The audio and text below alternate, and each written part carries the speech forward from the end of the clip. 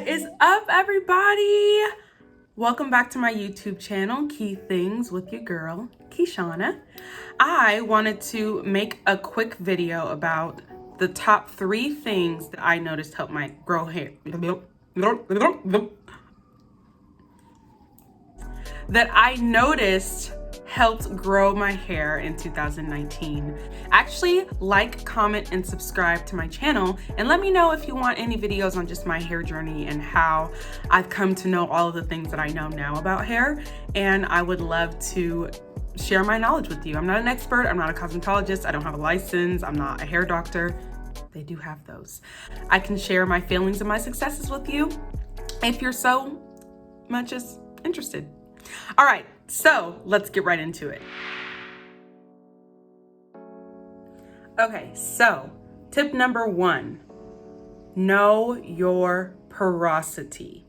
And you're like, vocab word of the day? I think so. Porosity is how your hair obtains and retains moisture. So basically how your hair takes in the moisture and how it's able to keep the moisture.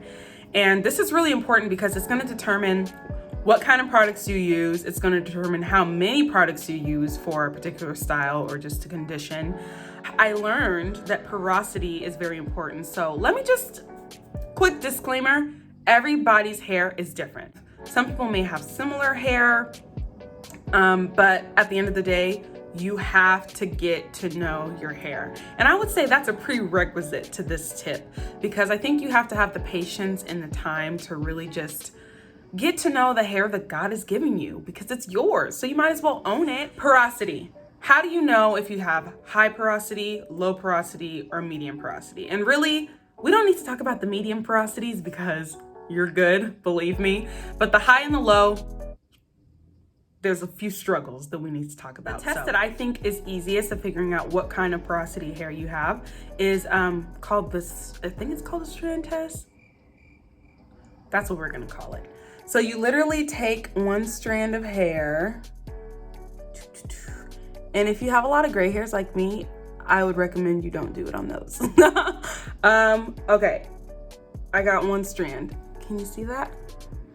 You can see it in front of my face. So you take your fingers and you go up and down on this, pull the strand like nice and tight and go up and down, up and down. And if it's really smooth, like how mine is, you have low porosity hair.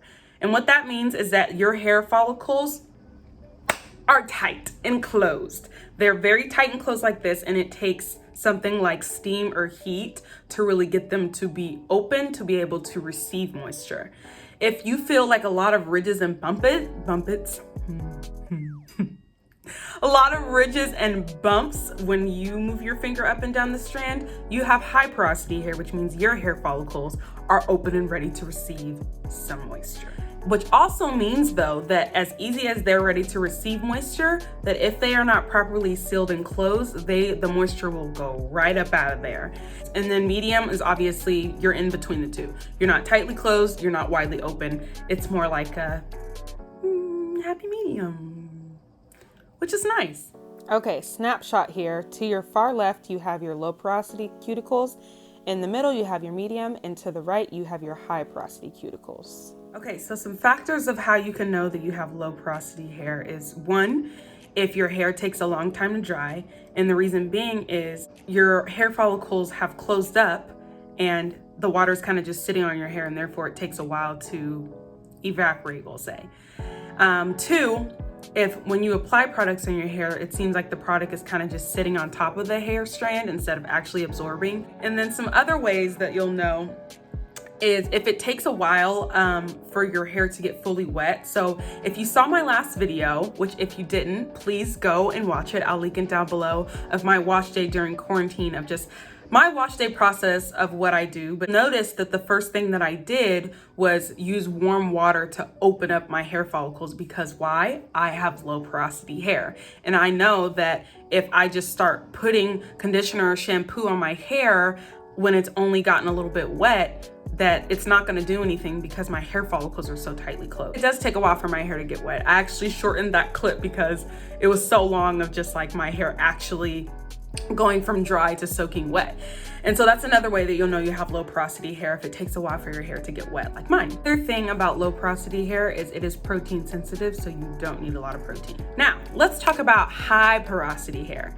High porosity hair is also known as highly damaged or processed hair. So if you use a lot of heat, if you've used a lot of chemicals, if you dye your hair very often and frequently, you probably have obtained high porosity hair from that processing. Another way that you know you have high porosity hair is if your hair tangles very easily. So it's like you detangle it and then you make one wrong move or don't properly like braid it up or twist it up and it's right back where you started. It's because, again, those hair follicles are so open that they're catching on one another if you're not careful with how you're protecting your hair.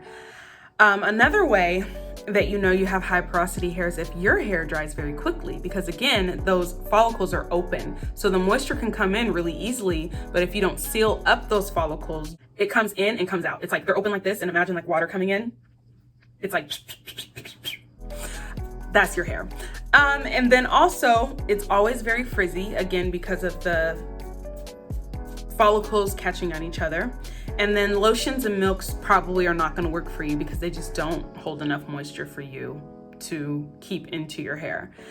And then opposite of low porosity, you love protein. Oh, how does this help me? Helps because if you know what kind of porosity your hair is, you'll know what kind of products to buy. So for a low porosity person, things that are of a very thick consistency are not really going to be your best friend. You don't need something that's going to be very heavy and weigh your hair down, because basically you have a very small window of when your hair follicles are going to be open enough to actually receive that moisture. Okay, so porosity is a lot, but it's really important because it's going to determine really everything else that goes into your hair care routine and just making sure that your hair is healthy and growing the way you want it to.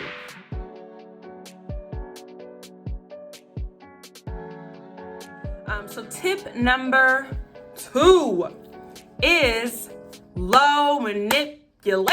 This is really important because I learned that doing your hair and changing your hair more than twice a week is doing the most. Like, you need to slow down.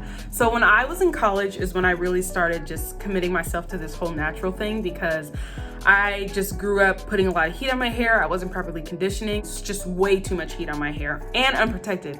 Honestly, it's a miracle that I even have hair on my head, let alone, just low manipulation is so important because the more that you, and what do I mean by manipulation? Manipulation is basically how often you're styling and changing your hair.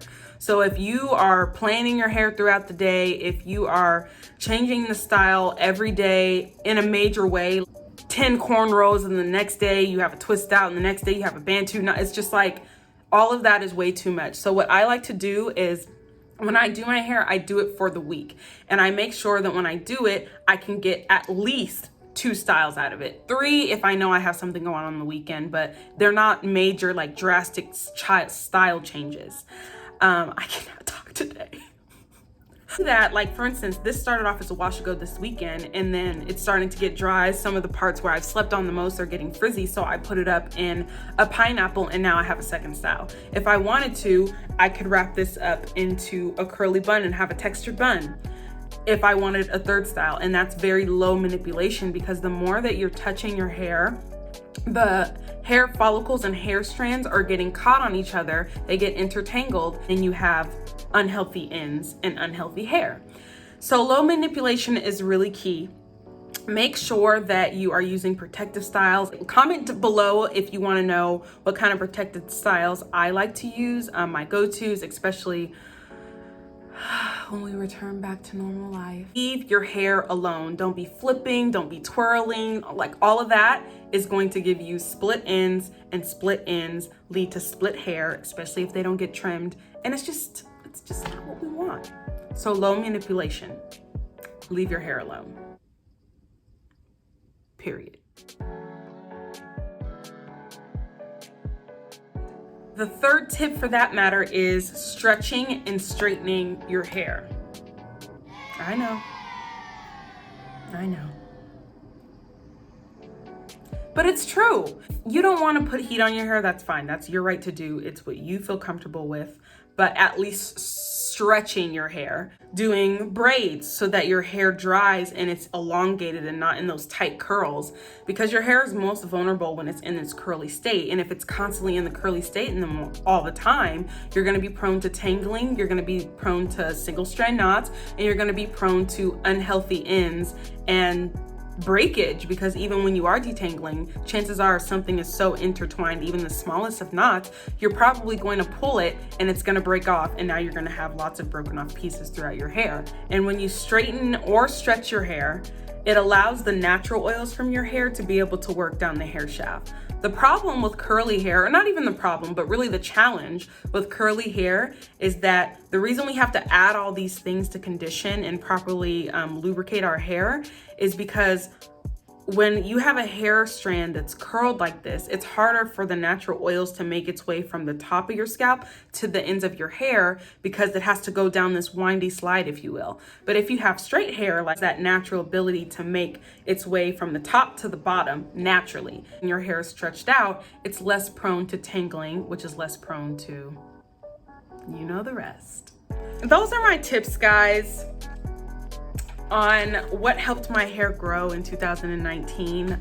It's been quite a journey, and I'm looking forward to see how much it grows even further from just learning more things that I'm adding in. But let me know down below if this was helpful for you.